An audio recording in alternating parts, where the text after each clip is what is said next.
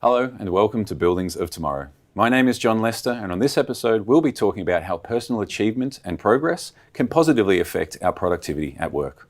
I'm joined today by Franziska Dolak, an Innovation Manager at Siemens Smart Infrastructure. Franziska, thank you for joining us. We've talked a lot about productivity. We've changed our understanding of productivity, and you, through your work, have defined 4 different dimensions. And I'd like to talk today about the 4th dimension, personal achievement and progress. Mm-hmm. Can you give us an insight onto what this means? Yes, absolutely. So for me, this last dimension of the overall 4, the big 4, let's say, is I think a super important one, because it's about how do we actually evaluate what is the meaning of productivity, and especially, like you said, this aspect of personal achievement and progress. That's exactly what it's about.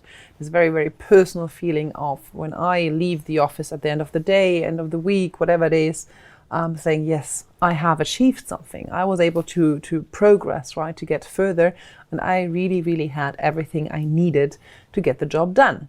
So that is also very much linking, obviously, to the other 3 dimensions of physical health and well-being, community and collaboration, as well as the integration of private and work life. Okay, and for a long time we've tracked progress, and we've talked about KPIs, and we've talked about business goals. Is this a different topic? I think it's not a different topic, because I think it very well fits in, but I think it's just a different way of looking at it. Once again, going more into personal perception and feelings of people, rather than this, I can say, oh, your goal achievement is 80, 90, 100, 150, whatever percent. Mm-hmm. And I think it's just a very different perspective of looking at it, and really, once again, putting the human factor at the forefront. So for me, it's really there also, once again, all about people first.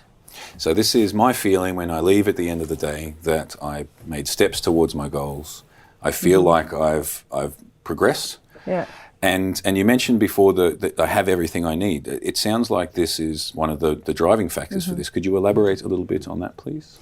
So it comes back to really this triangle of bringing people, spaces, and tools together, potentially even services. You could maybe even make a rectangle out of that.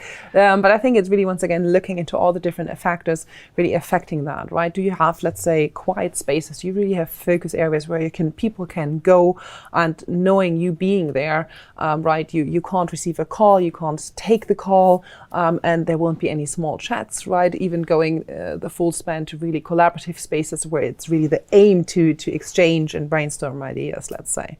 So that's maybe one example for the space dimension. If you look into tools, life hacking tools. I don't know if you use anything. How do you track your progress? Of course. You have to track your progress, but it can be anything, right? It can be if I've done enough kilometers of jogging this week, or if I've completed enough tasks in particular. There's heaps of different ways that we can look at this. Right? Yeah, exactly. And so that's one example for tools, right? Where we also saw that many people use those type of life hacking tools to kind of somewhat track themselves, have to-do lists. And another one, if you look into then really the service aspect, is, those services that you're offering as an organization, right? How heavily are they used, and what are the comments and feedbacks? Is there anything missing? And really then drilling down into, if something I see, there used to be a demand, we're offering that, and it seems like no one is really using that. So why is that? So always try and dig deep to the motivations behind that. And having said that, then if you really look into all those different dimensions, understanding the why behind it, then really helps you really instilling this feeling. And I think there's nothing more powerful than that, than me going out really this office door and saying, yes, I really had everything. I wasn't struggling with technology of setting up the beamer, let's say. So really, how can those components come together to generate this feeling that, yes, I was able to contribute, but also to take something out of it for myself. So it's a give and take. It's a mutual benefit and a mutual positive step forward. Yes.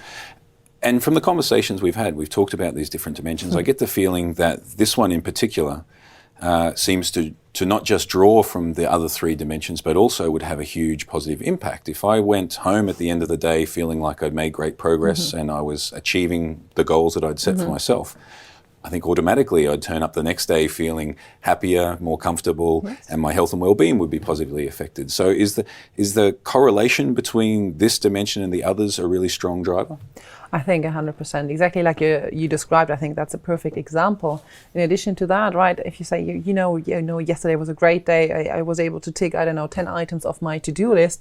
And even today, you might think about, so what can I now contribute to the overall community? Because there's something around here that really helped me. So maybe you even want to give back, right? And there's nothing more powerful than that. People wanting to go the extra mile, not being forced to, but really wanting to do that. And that also has a positive effect on the people in their environment. I think, it has been proven that if you have people that are very negative and everything, that has kind of this domino effect, right? Because it's affecting others as well. And then they start also seeing something that they see negative, even more negative in everything else they hear about it. So just imagine you start really this positive domino effect. Which is, once again, it's about creating outstanding experiences. It's about people first. And having said that, each person you can win over as an ambassador, because really they feel this is real and this is really giving me the environment I need to do a good job. And that's helping me further myself and grow as a person.